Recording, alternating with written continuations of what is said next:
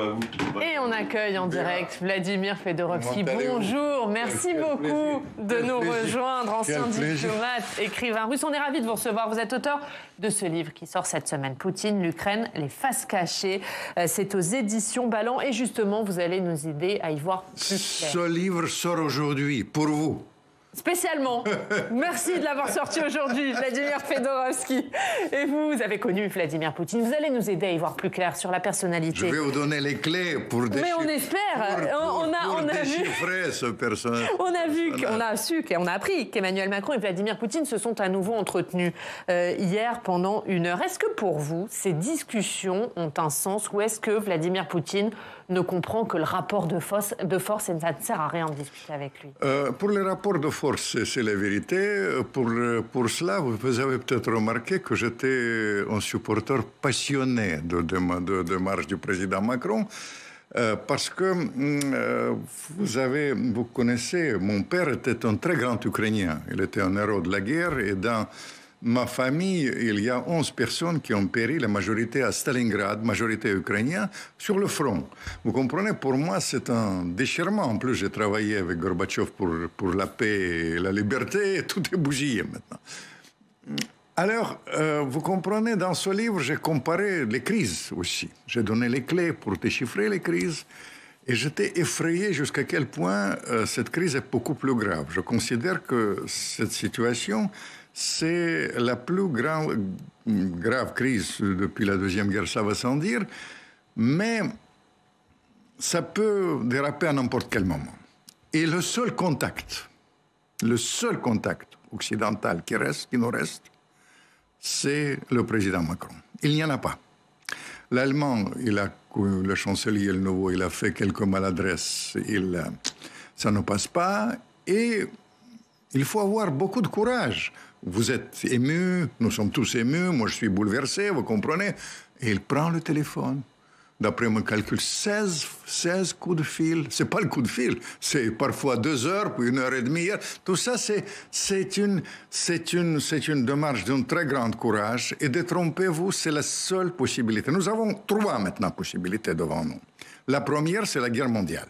Tout le monde parle. Hier, Poutine, il a parlé de la guerre. Hier, les Américains, ils parlent de la guerre mondiale, de l'utilisation des armes. Trump, il a fait un comeback hier. Il a parlé de l'utilisation des armes. C'est banalisé.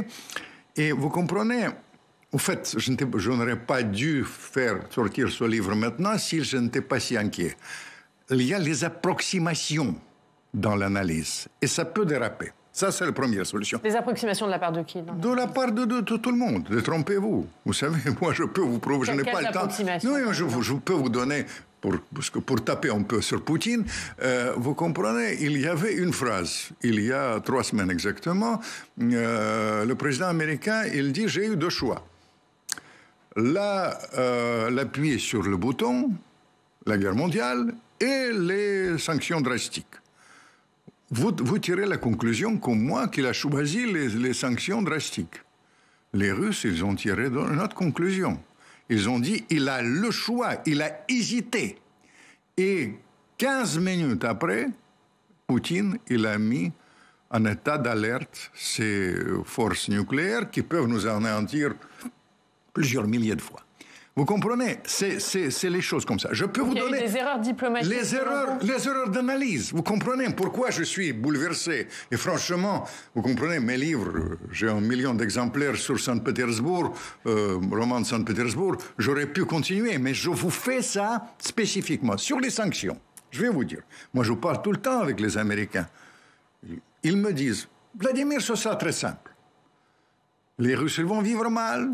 Les oligarques, ils vont faire le complot et ils vont virer Poutine. Aucune indication. Ils ne savent pas comment ça fonctionne. Pourquoi c'est techniquement le coup d'État impossible. J'aurais pu vous raconter, puisque j'étais porte-parole des antiputschistes contre le coup d'État. Donc ça veut dire qu'on peut faire n'importe quelle sanction contre les oligarques, qu'ils ne se retourneront pas contre les oligarques, Vladimir Poutine. Mais je vais vous dire, le problème, là-dedans, c'est le problème de résilience. Il faut, j'ai dit à un très grand Américain qu'il faut qu'il relise Tolstoï. Et il m'a dit non, il faut qu'il lise Tolstoï. Pourquoi? Parce que, vous comprenez, il y a une résilience. C'est un truc banal.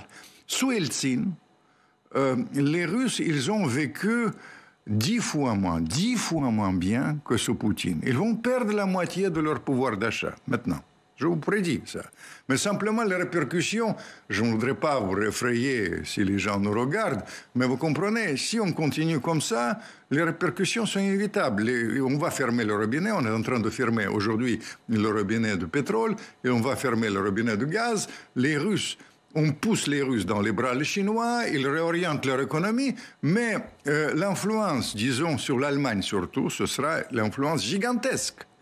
Vous comprenez, je ne suis pas certain que même ici, les gens vont supporter le gaz 10 fois plus cher, mais surtout, c'est le tombeau de neige.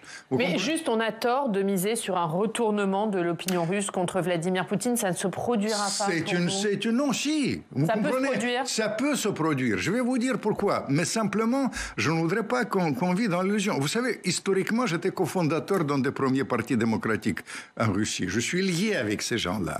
Mais simplement, j'ai organisé personnellement les manifestations de 300 000 personnes à Moscou. 300 000 à la fin du communisme. Aujourd'hui, c'est 10 personnes, c'est les gens courageux, c'est parfois des centaines. Courageux.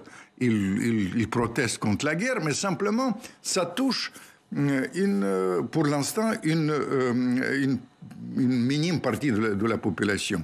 Mais il y a un fléchissement. Depuis quelques jours, je constate un fléchissement et c'est pour ça que je pousse vraiment avec mes tripes, à la fois comme Ukrainien et Russe et Européen, si vous me permettez. Je pousse cette solution de la sortie de la guerre. Le sénateur il a raison, par le haut. Pourquoi ? Il n'y a pas d'autre choix. Il faut sortir de ça et organiser très rapidement la rencontre entre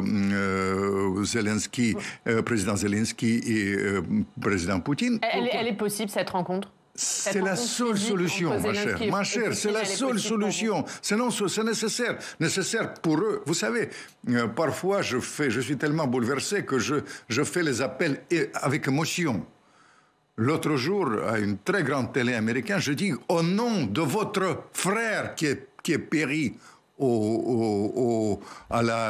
pendant le blocus de Leningrad, autrefois, quand il y avait 1 million de personnes, au nom des 27 millions de Russes qui ont péri pendant la guerre, au nom des miens.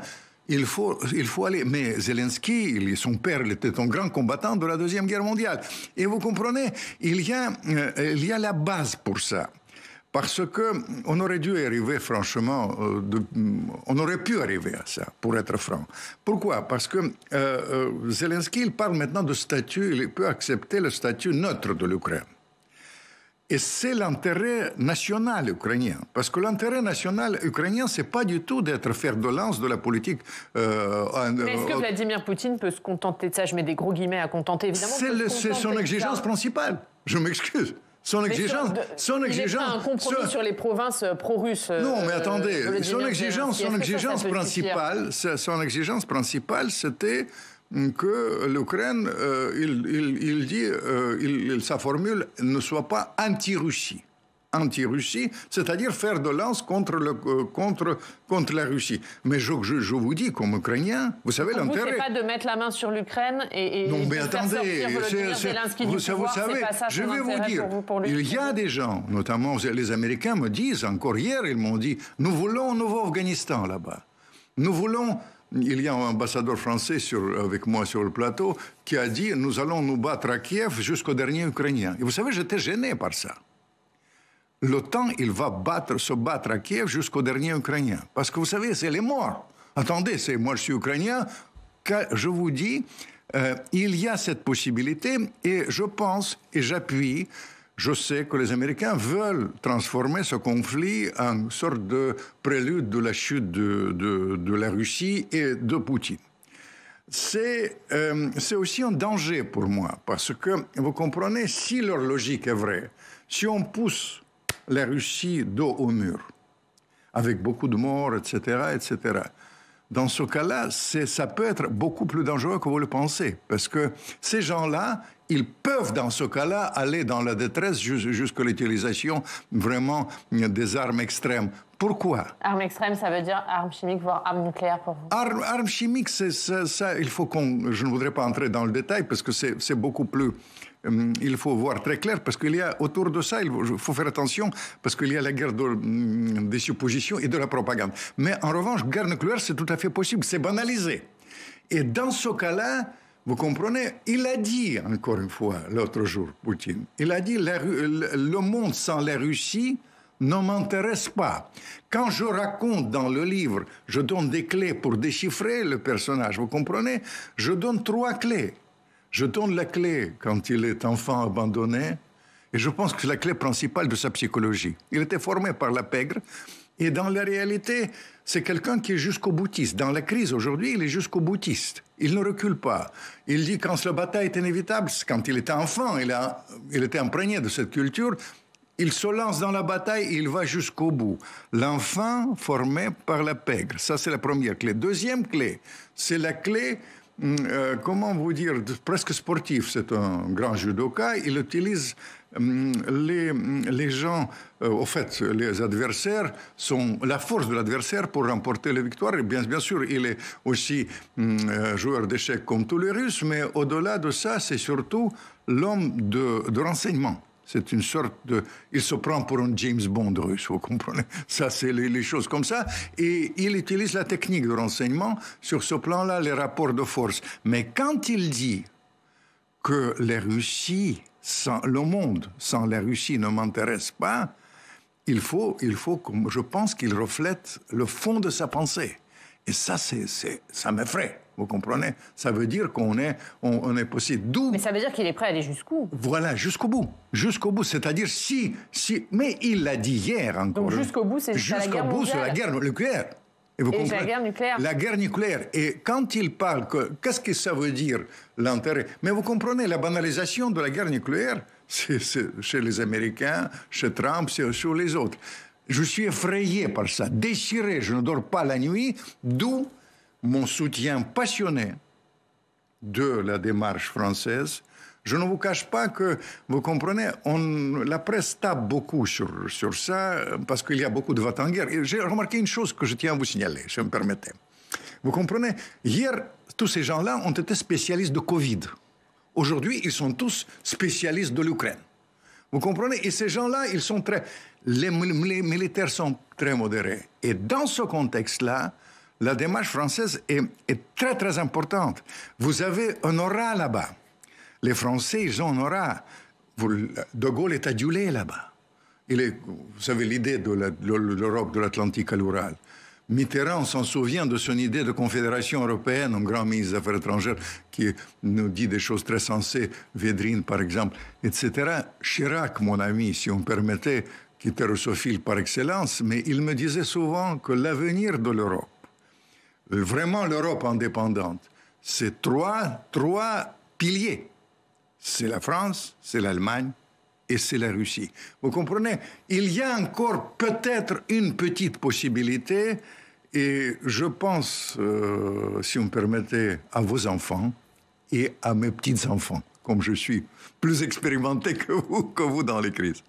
Quand vous entendez Jean-Yves Le Drian dire que la victoire finale sera ukrainienne, est-ce que vous partagez cette analyse?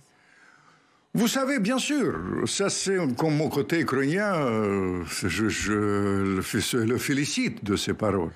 Mais si on me permettait une petite suggestion, comme j'étais impliqué beaucoup de conversations, on joue maintenant perdant-perdant. Dans ces affaires, il faut trouver l'équilibre des intérêts. Le mot que Mitterrand a aimé beaucoup quand je lui disais ça, l'équilibre des intérêts. C'est-à-dire, il faut trouver chacun... Vous comprenez qu'est-ce qui se passe? Aujourd'hui, c'est un monde...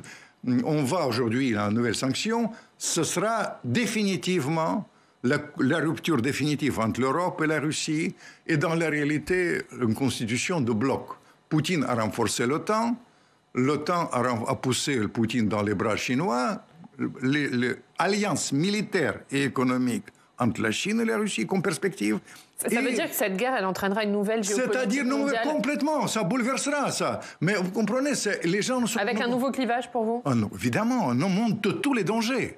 Ce que j'aurais voulu... C'est quoi, Russie plus Chine? La Russie plus Chine, inévitable, inévitable. Détrompez-vous, les choses comme ça. Et l'Europe, pourquoi les Américains sont très contents? Pas parce qu'il y a des milliards de dollars ont passé ces jours-ci à cause de la crise chez eux. Ils sont très contents. Pas parce qu'ils vendent le pétrole 3 ou 4 fois, ou le gaz 4 fois, gaz de schiste, 3 fois cher, mais parce que ils ont maintenant une OTAN qui a le sens.